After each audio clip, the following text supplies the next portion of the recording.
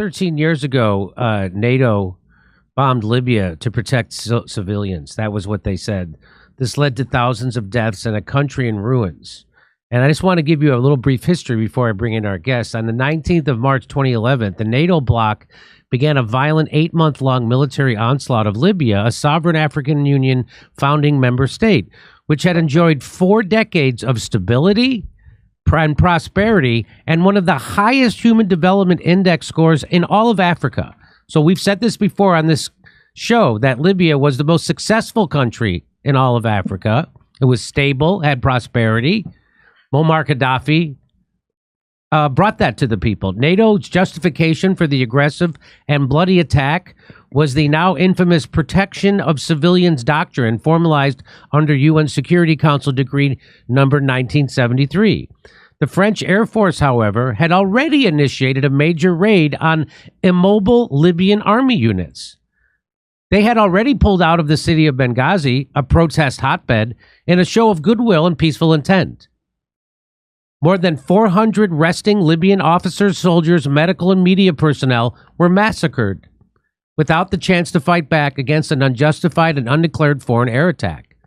Tens of thousands more Libyans would later perish under more than 26,000 air raids, 100 cruise missile attacks, and a naval blockade conducted by NATO's 30-member coalition. Among the victims were a terrifying number of civilians from all walks of life. The number of women and children killed was especially high, as they sought refuge in civilian buildings deliberately targeted by the mighty NATO, including houses, apartment blocks, schools, and community centers. Where have I heard that most recently? As we witnessed time and time again in Iraq, Serbia, Afghanistan, and Syria, NATO justified these attacks by claiming they were seeking out fighters and weaponry housed in civilian facilities. No evidence of that has ever been presented. In fact, given its 12 years of total control over Libya, the land, the resources, the institution, the archives, the West has been unable to show the alleged 8,000 victims of rape by the Libyan army, nor the 10,000 murdered civilians, nor the neighborhoods of Tripoli allegedly destroyed by Muammar Gaddafi's Air Force, nor the African mercenaries supposedly imported by Gaddafi government in the first week of the Libyan Spring, which was February of 2011. The actual crimes of Libyan revolutionary government, however, were real and consequential. What were those crimes? Well, Gaddafi's Libya was reshaping the political, economic, and cultural context of the African continent in radical and independent ways, not seen since the nominal decolonization of African countries in the 50s and the 60s. So what Muammar Gaddafi was really doing was threatening Western hegemony by how? Well, Hillary's emails reveal the true motive for Libya's intervention. Chris Cuomo said not to read those, Jimmy. Newly disclosed emails show that Libya's plan to create a gold-backed currency to compete with the euro and the dollar was in fact the motive for NATO slaughtering innocent people, decapitating its leader, and turning Libya from one of the most successful countries in all of Africa with a stable government and a prosperous culture into a failed state with open slave trading. Price of freedom, as Jon Stewart says. That's exactly what happened. That's what NATO did. That's not what Putin did. That's not what Hamas did. That's not what ISIS did. That's not what Al-Qaeda did or the Taliban. That's what the French, the British, and the United States did. Again, I've said it on Tucker Carlson. I've said it on this show. I'll say it everywhere. The United States is the world's terrorists. And there's no one else who can compare. I had a General Tata, on this show last week, and I asked him, is there another terrorist group in the entire world that has a bigger body count than the United States military? And of course, he couldn't answer that question, because if he did answer it honestly, he would be admitting that the United States, exactly as I said, is the world's terrorists. So today, let me bring in Musa Ibrahim. He's a Libyan political figure who rose to international attention in 2011 as Muammar Gaddafi's information minister and his official spokesperson. serving in this role until the government was overthrown in this Libyan civil war. This week marks the 13th anniversary of NATO's attack on Libya. After the war, Ibrahim fled the country. Please welcome Musa Ibrahim. Thank you, Jimmy. Very honored to be with you today to discuss this very important issue and to have this dialogue with you and your esteemed guest. Could you remind me of the name of your friend there? My co-host name is Kurt Metzger. How you doing, buddy? So, Hi. I'm very honored to be with you tonight. So, Musa, I was quoting from some of your article. I was quoting also from an article from Foreign Policy Journal, and that's so tell me, what would you like to say on this 13th anniversary of one of the worst NATO atrocities in recent memory?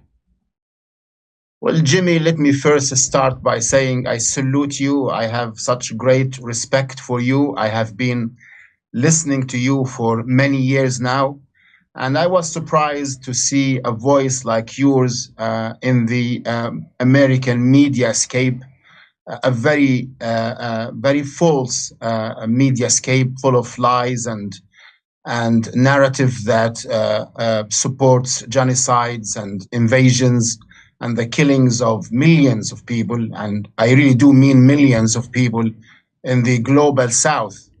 And I think what you do is important, influential, and I think recently, especially, many more people have been listening to you, and I think you do help people to have a critical perspective of their political, economic, and social reality, not just in the United States of America, but around the world.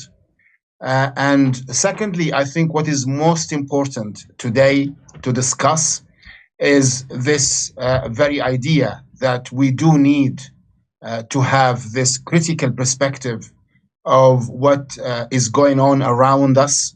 We need to understand why there are so many wars, so much violence, invasions, and so much injustice. Not just in the Middle East, but also in the whole of Africa, the global south, and even in Europe, as what is happening with the Ukraine. And I think at the root of everything is a global system of greed. This is the very root of injustice and violence around the world. There is a global system that sustains itself on profit making. And for that end, it's prepared to do anything. It doesn't have this global system of greed. It doesn't have a moral center. It doesn't have a spiritual heart. All it has is this beastly lust for money and profit making. And for that, it needs to rob lands. It needs to rob continents and countries.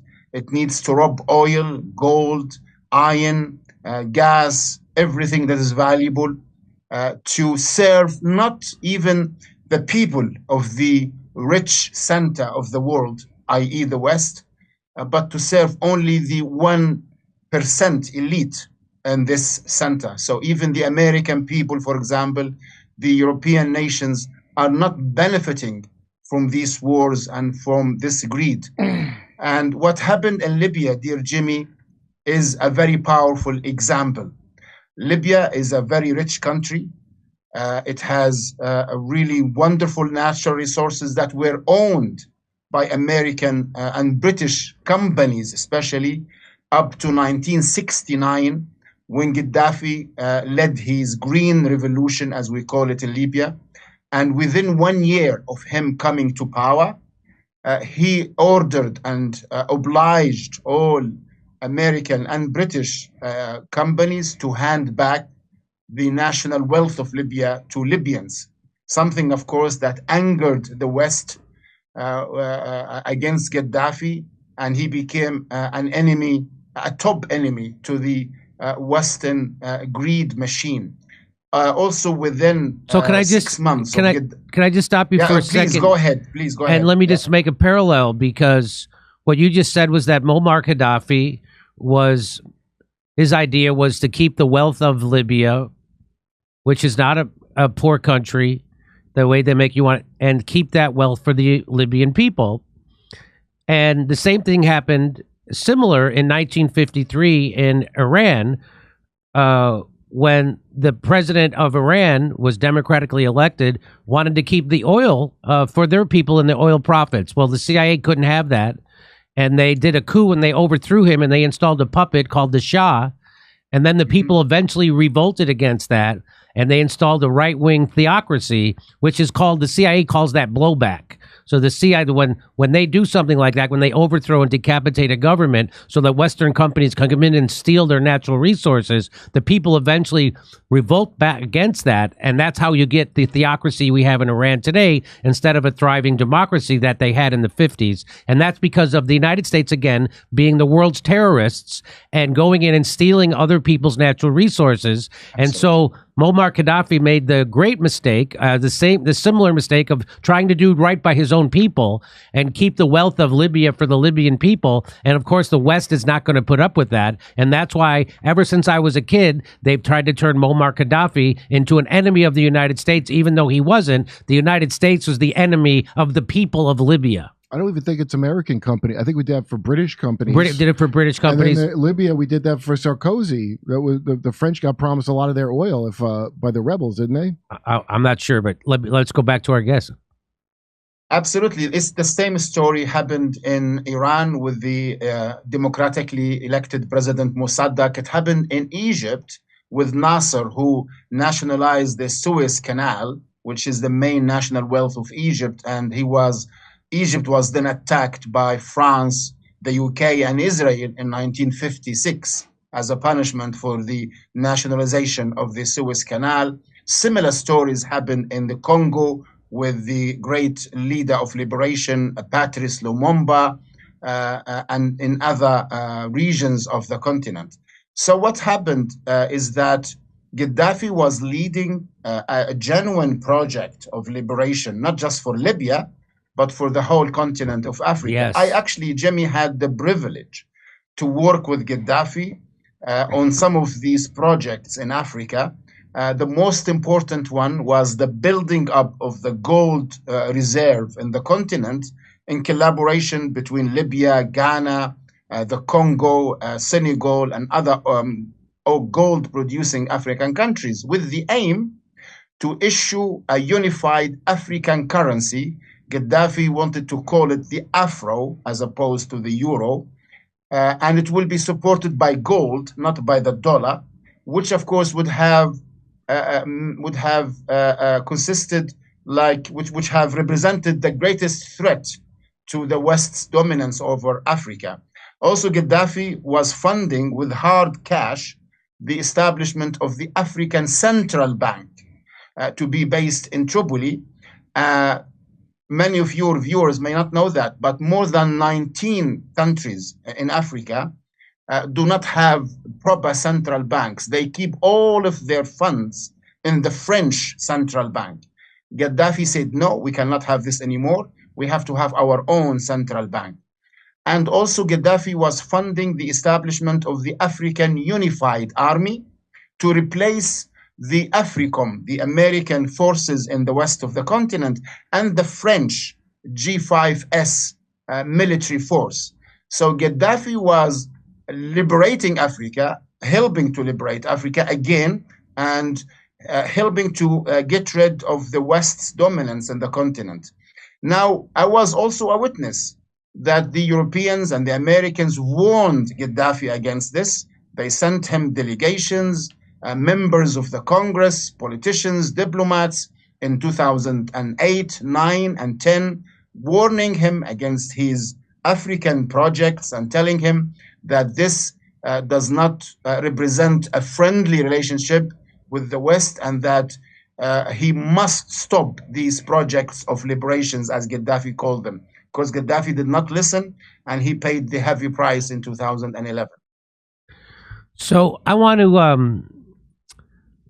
to play this for you, and this gives you a little insight into the homicidal maniacs who run the United States and our military and the CIA. And so You have to remember the CIA doesn't work for the president of the United States. The CIA works for the international billionaire and globalist capitalists, right? And so that's why Chuck Schumer, the head of the Democratic Party, in 2016 went on MSNBC Rachel Maddow's show and warned President Trump not to mess with the CIA because the CIA actually runs things and it's not the president. So that he said that in bold-faced terms right on.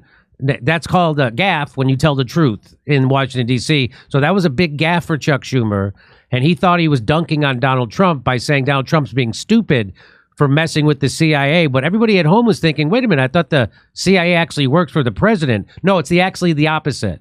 The CIA works for the global billionaire class and the global capitalists of the West, and they don't work for the president. And they're there. That's the permanent state, the deep state. They're there forever, and they don't work for people who get elected. They help choose the people who get on your vote. So this is what happened after 9/11. General Wesley Clark revealed the real game of why the United States has gone into Iraq and Libya and Syria and Somalia and Yemen. Here's the real reason. About 10 days after 9/11, I went through the Pentagon and I saw Secretary Rumsfeld and Deputy Secretary Wolfowitz. I went downstairs just to say hello to some of the people on the Joint Staff who used to work for me. And one of the generals called me in. He said, "Sir, you got to come in. You got to come in and talk to me a second." I said, "Well, you're too busy." He said, No.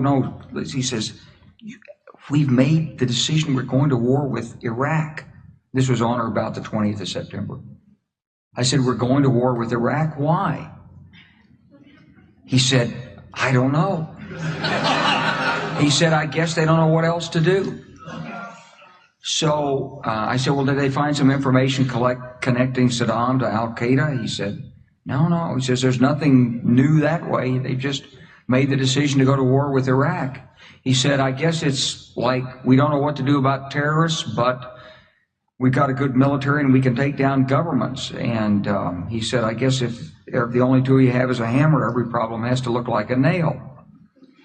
So I came back to see him a few weeks later, and by that time we were bombing in Afghanistan. I said, "Are we still going to war with Iraq?" And he said, "Oh, it's worse than that."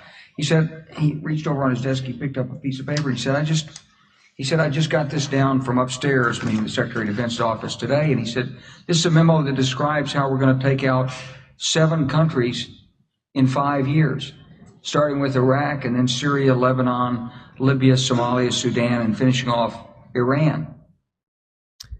So they had a plan for this all along, and then they invent the reasons to do it. That's the real. So, and by this is called Project for a New American Century. This is the maniacs in the West, the capitalists. You can put them up on the screen. These are those people who think that it's their right to go slaughtering people, overthrowing governments, and murdering people for profit and hegemony and imperialism. And that's a general. That is a general who ran for president in the United States, General Wesley Clark. And that they never show you that on corporate news here in America. They'll never tell you about that in the New York Times or Jeff Bezos' own Washington Post or the military-industrial complex-funded CNN, Fox News, or MSNBC. But I will show it to you here on YouTube until they kick me off. And so does the rest of the world know about this? So that's my question. Like, so the people in Libya, the people in Africa, the people, do they know that the United States is the country that is the real terrorists and it's not anybody else, correct? Most of my work, dear Jimmy, is in the continent of Africa. Even as we speak now, I'm the executive secretary of a Pan-African foundation called the African Legacy Foundation, which includes families of great African leaders of liberation, from Mandela to Nkrumah to Lumumba, Nasser and Nyerere and many others. And in my work in Africa, I can assure you, people are aware of the evil committed by the Western centers of hegemonies. And they know, more than that, they know that this does not involve the everyday people of America or the West. They know this is only serving the elites, the 1%, the top 1%, and that whatever wealth is stolen from Africa, whatever natural resources goes into the pockets of the billionaires and the multinational corporations with their centers in European and American cities. The awareness is there. What we actually would like in the global South, in Latin America, Africa, and South Asia, is for normal, ordinary people in the States and Europe to start a popular movement, a movement that rejects this injustice that harms everyone in the globe, that destroys the planet in terms of the environment, in terms of the security conditions of our planet. I mean, at this very moment, as we speak, there is a real risk, Jimmy, that we would go into a nuclear war that would destroy our beautiful planet, the only home we have in this vast space. And yet, the mainstream media in your country of America is pushing for this war to go ahead. They are antagonizing Russia, a nuclear power. They are paying and funding the continuation of this war for the benefit of the pockets of the few. While this war, if it breaks out, a nuclear war, it would destroy everyone and every city in the West. So the people of Africa are aware, they are very critical of the West. What we are hoping for is that a popular movement, a critical one, starts in your own country, that people start rejecting Biden and the Democrats and the Republicans and start forming a new line of politics, politics of unity, not of division between blacks and whites and straights and gays, but a politics of unity between all workers, employees, the poor, the people who are down, who are not part of the 1%. And then I think nations of the world can stop this injustice, this ugliness, this violence, and this threat to the lives of millions around the world with nuclear wars and nuclear weapons. This is my opinion, Jimmy. So I share your hope that that happens. Now, the problem that we run into is that whenever people try to stand up against the establishment, whether it be here or Canada or anywhere else, they immediately criminalize those people. Like, for instance, they did to the truckers in Canada, who are the most peaceful protesters I've ever seen. They immediately called them white supremacists and Nazis and said they were violent, and they froze their bank accounts. And not only did they freeze their bank accounts and put people in jail illegally, they declared a national emergency so they could do so, which was now recently been declared by the Canadian Supreme Court as being unconstitutional. When they did that, of course, no one's going to have to pay a price for that. So in the United States, Barack Obama got rid of habeas corpus, which means that if you get arrested, they have to charge you with a crime, and you have a right to know what those charges are, and you have a right to a speedy trial.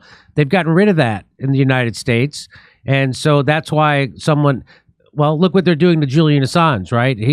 There's no credible charges against him. They've kept him locked up for years and years, and in a slow torture and a slow death. That's what the United States does, and they did that because he did journalism, because he revealed their war crimes. And so, in the United States, if somebody does stand up against them, well, look what they did to Russell Brand most recently, right? That was obviously a hit job in coordination with the government and the corporate media owned by the billionaire class, the same billionaires that did Libya, the same billionaire class that did Iraq, that did Syria, that did a 20-year occupation of Afghanistan, committed a genocide in Yemen, is now funding a genocide in Gaza. Those are the same people. They have the power, right? So as soon as I talk to somebody, the only thing that scares the establishment and the oligarchy, because we live in an oligarchy in the United States. This is not a democracy, right? The elections are a sham. They are just for show. And it's been proven by a Princeton study over a decade ago that it doesn't matter who you vote for, what the elite wants, they get. Right. And no matter what the workers want, their will is never reflected back in legislation. So this is the definition of an oligarchy we're living in. And if you try to stand up against that oligarchy, the only thing that scares them is when people from the left, like me, and people from the right come together and oppose them. And so they Absolutely. do. So they do everything. Unity is what scares them. And that's why I like your discourse. I've been listening to you.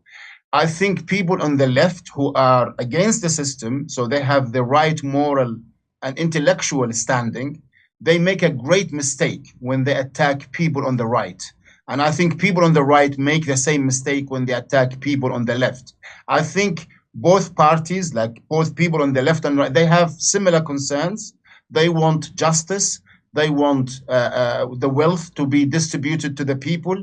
They want to get rid of the top 1%. They have similar concerns about security, about wars, about the military complex in America. They have different methods of understanding, different approaches, but what they need to concentrate on and emphasize is unity. What the system fears is people coming together for the common good of all. And Jimmy, I'm not being over optimistic. Remember, your people in your country have achieved a lot in the last, let's say, 100, 150 years. I mean, you have ended slavery, for example. You have given women so many rights. You have given ethnic minorities rights. You have achieved so much for workers, for example, in terms of health conditions, working hours. There are many things that were achieved because of the work of many, many people on the ground, year after year, generation after generation. I do believe that what you do, for example, on your YouTube channel is very important and influential.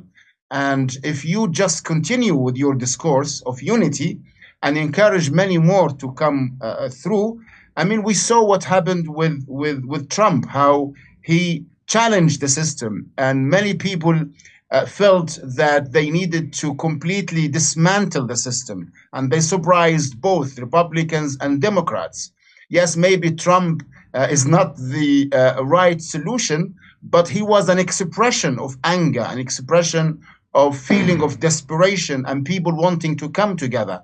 And I think the left made a big mistake when they laughed and ridiculed Trump supporters. I think the left would have done much better if they reached out to Trump supporters and had a dialogue with them and understood their anger and frustration. We need to have this feeling of brotherhood and sisterhood between us, because again and again, unity is our most powerful weapon against the system.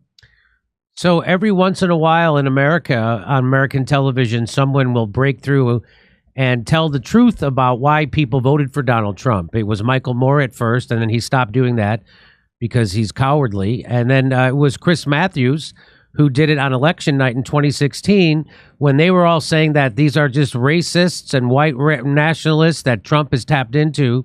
And the same people who voted for Barack Obama twice voted for Donald Trump. And so Chris Matthews laid it out to them and said, the reason why people are voting for Donald Trump, if you've driven through Michigan, if you've driven through Wisconsin, the entire economic system has been hollowed out. They've closed their businesses. People are desperate. The only thing that remains are the diners. And so when they're against illegal immigration in the United States that suppresses wages, and they're also against these wars. And so that's why people voted for Donald Trump. Well, I don't know if you know what happened to Chris Matthews after he said that. Short time there afterwards, he was forced out of his job on a trumped-up charge of sexual harassment. That's what they would use back then, and so they used it against him. They can't use that anymore because now Joe Biden has been credibly accused of rape. And so that's when they stopped believing women. As soon as their big warmonger in chief got the nomination for the presidency, then they stopped believing all women. But up until then, so that's what happened with Chris Matthews. I showed that most recently on my show on Sunday, that Chris Matthews on election night in 2016, when everybody from Rachel Maddow and Tom Brokaw were sitting there saying these are all white racists and these are white nationalists and these are the worst people in the world, Chris Matthews stood up and said, no, the reason why they're doing this is because they want to end the wars. They want to have a better economic life. And the system isn't serving these people, which is why they're willing to take a chance on a billionaire game show host who's a political novice named Donald Trump. And Michael Moore was saying the same thing at the same time. He stopped saying that. So now he's invited back on corporate TV in the United States because he pretty much big coward. But I haven't stopped saying it. They've tried to stop me. They've put me on the front page of magazines and called me the dirtbag leftist and said that I'm in bed with white nationalists and racists and all that. They've done that. That's the game that they play. And, you know, back in when the stock market crashed in the United States in 2008, 2009, the right wingers on the started a group called the Tea Party, and they were opposing the oligarchs. And then Occupy Wall Street happened, so we had the left and the right both angry at Wall Street and the elites that control our politics and our war machine. And so they saw them coming together with a common purpose. And so they immediately got their billionaire-owned media to divide those people. And the way they did it was they told people on the left that the people on the right were Nazis and white supremacists, and they hate gay people, and that they're your enemy. That's how they did it. And they told the people on the right that the people on the left wanted to control you like communists, and they wanted to censor you. And so they got them to hate each other and to divide. And so now they've done it. It's complete, right? And so even though Donald Trump broke through in 2016 and he won, they've now criminalized him, just like they did in Brazil with Bolsonaro, just like they did with Imran Khan in Pakistan. Anybody who stands up against the establishment, especially the war machine, which is what happened in Pakistan, they immediately make you a criminal. Donald Trump is the only president in my lifetime that didn't start another war. And so they impeached him because he paused a shipment of weapons to Ukraine. So the only reason, one of the big reasons to vote for Donald Trump is now an impeachable offense in the United States. And people don't realize that American people in America don't realize that Americans are the most propagandized people in the entire world, bar none, because people in China, when they know they're being propagandized, people in the United States think when they turn on the TV, they're getting the real news.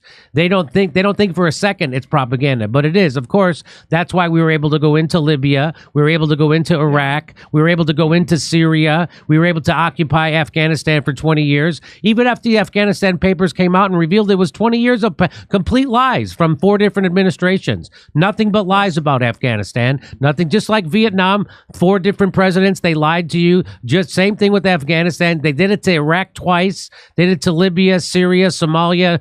Now we're doing it in Gaza and within Ukraine. Ukraine, again, they never tell you the truth about what's happening. And guys like Jon Stewart, who people think are straight shooters because he's a comedian, will never tell you the truth about what we did in Libya, what we're doing in Ukraine, Absolutely. what's actually the game that's being played, because he would be kicked off their television because it's owned by the people who are doing those things.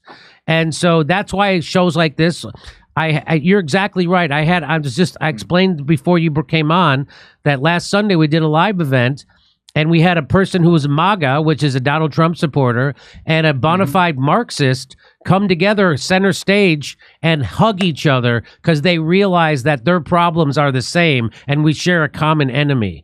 And that's the only thing that scares people, which is why people hate this show as much as they hate it, because there are other shows who pretend to represent the left and the right, like Breaking Points with Sagar and Crystal, and those are liars and fakers and pretenders. They don't represent the people. They represent the establishment. And we actually represent the people, which is why people hate us here. Hey, come see us do a live stand-up show. We're going to be in Stockholm, Amsterdam, Rotterdam, London, Oslo, Stroudsburg, Pennsylvania, Cortland, New York, Oakmont, Pennsylvania, El Paso, Texas, San Antonio, Texas, Edmonton, Alberta, Vancouver, British Columbia, and Denver, Colorado. Go to jimmydore.com for a link for those tickets.